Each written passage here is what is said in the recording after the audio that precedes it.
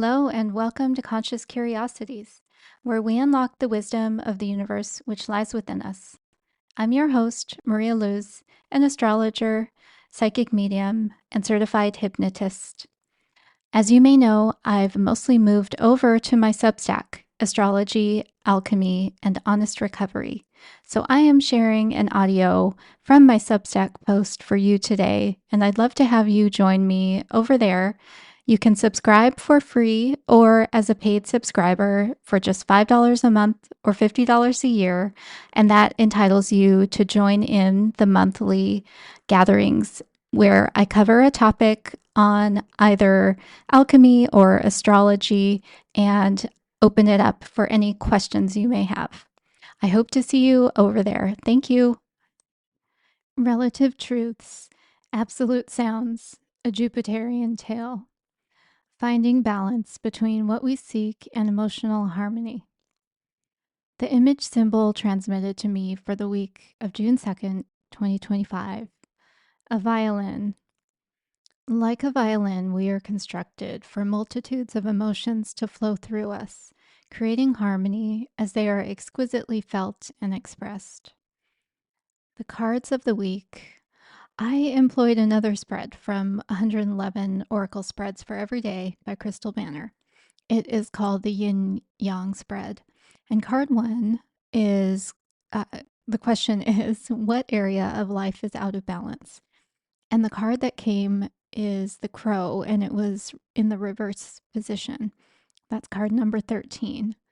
And this card raises a question along the lines of, have we settled for relative truth over absolute truth? This feels like a fitting question to ask as Jupiter, which has been known to spin a yarn or two for effect, moves out of the chatty sign of Gemini and into Cancer, the sign ruled by the moon. Perhaps the crows are coming home to roost, and we see where we have sacrificed facts for entertainment and right actions for unquestioned beliefs. There is some grief over what was lost when we were busy talking at one another, and maybe it's time to lean into that grief and feel it. Card 2, the question was, what will help restore balance and harmony? The card that came is number 42, the Rainmaker. This card reminds us that we have a role in co-creation with the universe. When we nurture the seeds within us rather than seeking something already full grown outside of us, we become capable of holding that which our heart wishes to manifest. And the external reality catches up with us rather than us chasing what we cannot yet responsibly hold. And those cards are from the Mystical Shaman Pocket Oracle. And now for the Jupiterian tale. In case you aren't familiar with the Roman god Jupiter, he is the same as the Greek god Zeus, full of swagger and known for going big and allowing things to get a bit out of control. In astrology, it is much the same, although Jupiter is also said to bring luck. In my birth chart, Jupiter is on the exact degree of my ascendant, the angle of the chart which shows how you entered the world and how you will enter every new space in your life thereafter. So I am very familiar with Jupiter's energy. Anyone with strong Sagittarius will understand this energy too, as Jupiter is the ruler of that mutable fire sign, the ninth of the zodiac. This energy can set you up to stretch the truth in a sense because extreme optimism can indeed be impossible and therefore unfounded in the truth. I will illustrate this point with an embarrassing tale from when I used to get extremely drunk regularly. I was in Florence, Italy for an optional program in graduate school. Lucky Jupiter had landed me an employer who paid for it at a mega nightclub with karaoke on one floor. I had wandered off on my own that night, so I can't even blame my fellow students for egging me on.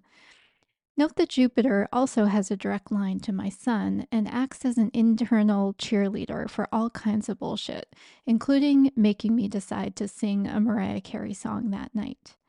I mean, I could see alcohol alone maybe making me sing karaoke, but Mariah effing Carey of the jumping octaves and singing bordering on rapping lyrics?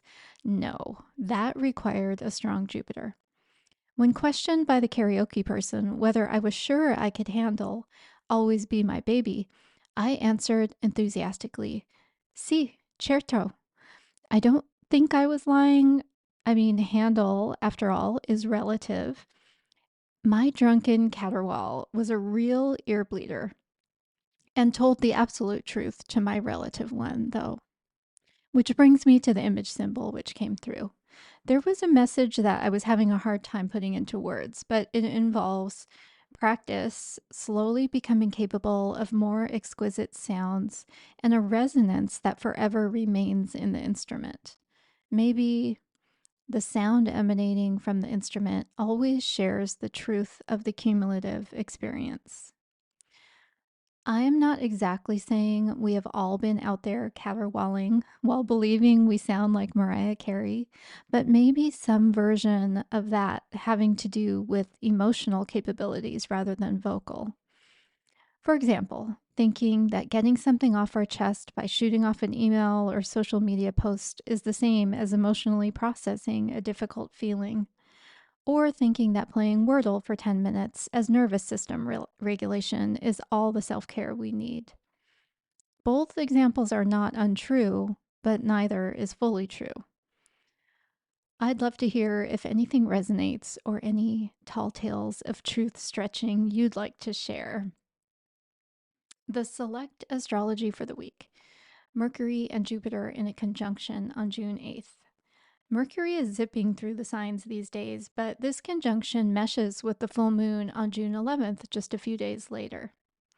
Themes of what information to consume and to share, deciding which interesting thread to follow and which to leave by the wayside, or whether to continue with many threads and leave your options open, may arise.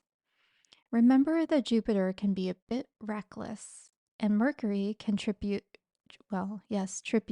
but can trick you into confusing the forest in the distance and the tree in front of you.